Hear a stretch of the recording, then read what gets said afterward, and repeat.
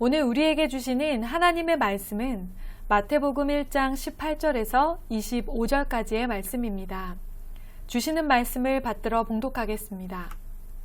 예수 그리스도의 나심은 이러하니라. 그의 어머니 마리아가 요셉과 약혼하고 동거하기 전에 성령으로 잉태된 것이 나타났더니 그의 남편 요셉은 의로운 사람이라 그를 드러내지 아니하고 가만히 끊고자 하여 이 일을 생각할 때에 주의 사자가 현몽하여 이르되 다윗의 자손 요셉아 내 아내 마리아 데려오기를 무서워하지 말라. 그에게 잉태된 자는 성령으로 된 것이라. 아들을 낳으리니 이름을 예수라 하라. 이는 그가 자기 백성을 그들의 죄에서 구원할 자이심이라 하니라. 이 모든 일이 된 것은 주께서 선지자로 하신 말씀을 이루려 하심이니 이르시되 보라 처녀가 잉태하여 아들을 낳을 것이요 그의 이름은 임마누엘이라 하리라 하셨으니 이를 번역한즉 하나님이 우리와 함께 계시다 함이라. 요셉이 잠에서 깨어 일어나 주의 사자의 분부대로 행하여 그의 아내를 데려왔으나 아들을 낳기까지 동침하지 아니하더니 낳음의 이름을 예수라 하니라. 아멘. 순종의 자리에서 이루어지는 하나님의 역사라는 제목으로 오늘 주시는 말씀의 은혜를 함께 나누겠습니다. 마태복음은 예수 그리스도의 계보를 통해 예수님이 아브라함의 자손이며 다윗의 자손임을 증명하는 것으로 시작됩니다. 그 계보의 마지막에는 누가 있었습니까? 바로 마리아와 요셉이 있었지요. 오늘 본문은 예수의 부모인 마리아와 요셉의 이야기를 다룹니다. 하나님의 역사가 이들을 통해 어떻게 이루어지는지, 하나님의 역사가 이루어지는데 쓰임받기 위해 우리가 해야 할 것은 무엇인지 함께 말씀을 통해 알아보겠습니다. 예수 그리스도의 나심은 신비로운 사건과 그 사건에 대한 한 사람의 반응에서부터 시작됩니다. 오늘 본문 18절과 19절의 말씀입니다. 예수 그리스도의 나심은 이러하니라. 그의 어머니 마리아가 요셉과 약혼하고 동거하기 전에 성령으로 잉태된 것이 나타났더니 그의 남편 요셉은 의로운 사람이라 그를 드러내지 아니하고 가만히 끊고자 하여 아멘. 예수님의 어머니 마리아와 요셉은 약혼한 상태였습니다. 당시 유대인들의 약혼은 법적 결혼 상태로 동거만 하지 않았을 뿐 부부와 다름 없음을 의미하였습니다. 그런 상태에서 마리아가 임신을 한 것입니다. 오늘 말씀에는 성령으로 잉태되었다라고 기록되어 있지만 이 사실은 오직 마리아만이 알고 있는 상황이었습니다. 아마 요셉은 마리아가 부정한 관계를 통해 임신하게 되었다고 생각했을 것입니다. 당시 유대인들이 따르던 율법에 의하면 약혼한 처녀가 간음을 하면 돌로 쳐 죽일 수 있었습니다. 요셉의 마음에 마리아에 대한 불신과 의심이 생겨나 율법대로 이 문제를 처리할 수도 있었을 텐데 요셉은 마리아가 사람들 앞에서 수치를 당할까봐 남모르게 파혼을 하려 했습니다. 요셉이 이렇게 선택한 이유를 마태는 요셉이 의로운 사람이기 때문이라고 설명합니다. 의롭다는 것은 무엇입니까? 의롭다를 뜻하는 헬라어 디카이오스는 하나님의 율법과 계명을 바르게 지킨다는 뜻을 가집니다. 요셉은 하나님의 율법을 철저하게 지키는 사람이었기에 어쩌면 율법대로 마리아를 처벌하는 것이 요셉에게는 마땅한 선택이었을지 모릅니다. 그러나 요셉은 마리아가 손가락질 당할 수 있는 처지와 상황을 사랑으로 감싸주었습니다. 율법을 잘 지키는 의로운 사람이라고 하여 사람을 정죄하고 처벌하는 것이 아닙니다. 율법을 잘 지켜 의롭다는 것은 율법을 우리에게 주신 하나님의 마음과 율법의 정신인 사랑을 깨달아 다른 사람의 허물을 감싸고 품어주는 것입니다. 우리도 말씀을 읽고 깨달아 알수록 의로운 사람이 될 수 있습니다. 그러나 그렇다고 우리가 깨달은 말씀으로 다른 사람을 정죄하고 함부로 판단해도 되는 것은 아닙니다. 말씀의 지식이 늘어갈수록, 하나님의 말씀을 깨달아 알면 알수록 우리는 다른 사람의 허물을 감싸고 품어주는, 율법의 정신인 사랑을 실천하는 진정한 의미의 의로운 사람이 되어야 합니다. 계속해서 말씀을 살펴보겠습니다.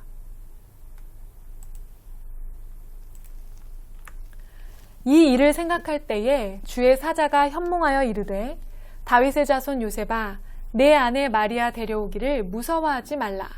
그에게 잉태된 자는 성령으로 된 것이라. 아멘. 의로운 요셉에게 주의 천사가 나타나 마리아는 성령으로 잉태되었으니 아들을 낳으면 그 이름을 예수라 하라고 전합니다. 예수는 하나님은 구원이시다 라는 뜻을 가진 이름입니다. 마태복음의 주 독자인 1세기 유대인들은 자신들을 구원해 줄 메시아를 기다리고 있었습니다. 구원자가 나타나 자신들을 로마의 지배와 속박에서 해방시켜 줄 것을 믿고 기다리고 있었습니다. 유대인들이 기다리는 그 메시아가 바로 예수님이십니다. 그리고 이 모든 일은 이미 오래전 하나님께서 말씀하신 것을 성취해 주시기 위해 일어난 일입니다. 23절 말씀입니다.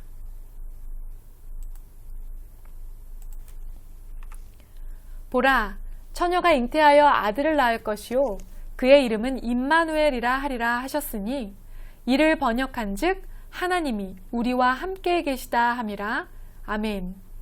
이 말씀은 이사야 7장 14절의 말씀을 인용한 인용구절입니다. 임마누엘은 하나님이 우리와 함께 하신다는 뜻입니다.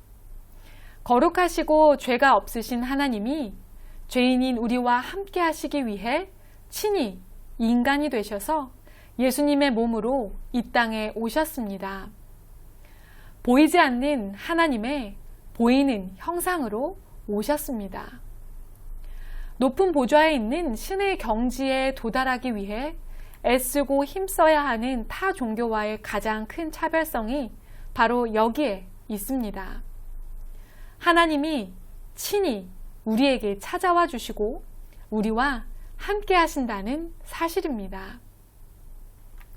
예수님이 바로 임마누엘, 하나님이 우리와 함께 하신다는 최고의 증거가 되셨습니다. 그리고 여전히 이 땅 곳곳에는 하나님이 우리를 사랑하셔서 우리와 함께 하신다는 증거가 필요합니다. 즉, 보이지 않는 하나님의 보이는 형상이 필요합니다. 그리고 우리가 바로 그 하나님의 보이는 형상이 되어야 합니다. 우리가 가는 곳마다 하나님의 형상과 예수의 성품을 가지고 살아갈 때 세상은 임마누엘 하나님이 우리와 함께 하심을 믿게 될 것입니다. 요셉은 주의 천사가 전해준 명령을 따라 마리아를 아내로 맞아들였습니다. 그러나 아기가 태어날 때까지 마리아와 동침하지 않으므로 성령으로 잉태된 예수의 탄생을 기다렸습니다. 요셉은 하나님의 말씀을 중요하고 거룩하게 여기는 의로운 사람이었기 때문입니다. 예수님의 탄생은 하나님께서 인간 세계에 정하신 질서 안에서 이루어졌습니다. 여성의 몸에 태아로 잉태되셨고 정해진 기간 후에 해산의 과정을 통해 태어나셨습니다. 그러나 중요한 차이점이 있습니다. 사람과 사람 사이의 관계가 아닌 성령으로 잉태되었다는 것입니다. 하나님의 놀라운 계획과 뜻과 역사가 이 땅 가운데에서 이루어졌습니다. 그런데 하나님의 뜻이 예수 그리스도를 통해 이 땅에 온전히 이루어지기 위해 한 가지 반드시 더 필요한 것이 있었습니다. 그것은 바로 사람의 순종이었습니다. 누가복음의 기록을 보면 마리아는 어느 날 가브리엘 천사를 통해 자신이 예수를 잉태하게 될 것이라는 소식에 매우 놀랍니다. 하지만 이내 순종합니다. 오늘 마태복음의 기록을 통해 약혼녀가 성령으로 잉태되었음을 들은 요셉 또한 주의 천사를 통해 전해지는 하나님의 말씀에 순종하였습니다.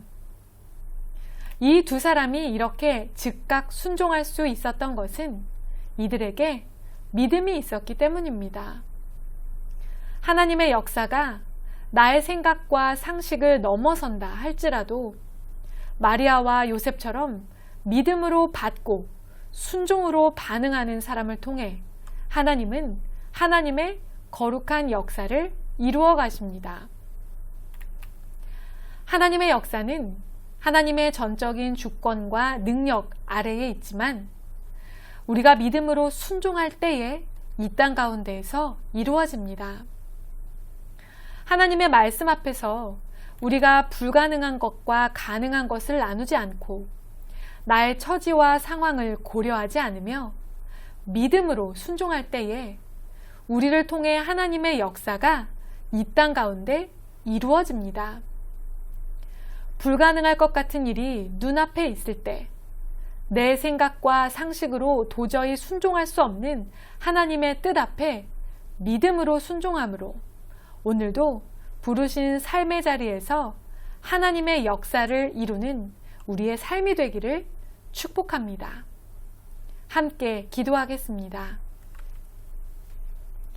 사랑의 하나님, 상식을 뛰어넘어 역사하시는 하나님의 뜻 앞에 믿음으로 순종하였던 두 사람을 통해 이 땅에 구원자 예수님이 오셨습니다. 오늘 부르신 삶의 자리에도 우리가 믿음으로 모든 하나님의 말씀과 뜻에 순종할 때에 하나님의 역사가 이루어지는 것을 보고 경험하게 하여 주옵소서. 예수님의 이름으로 기도드립니다. 아멘.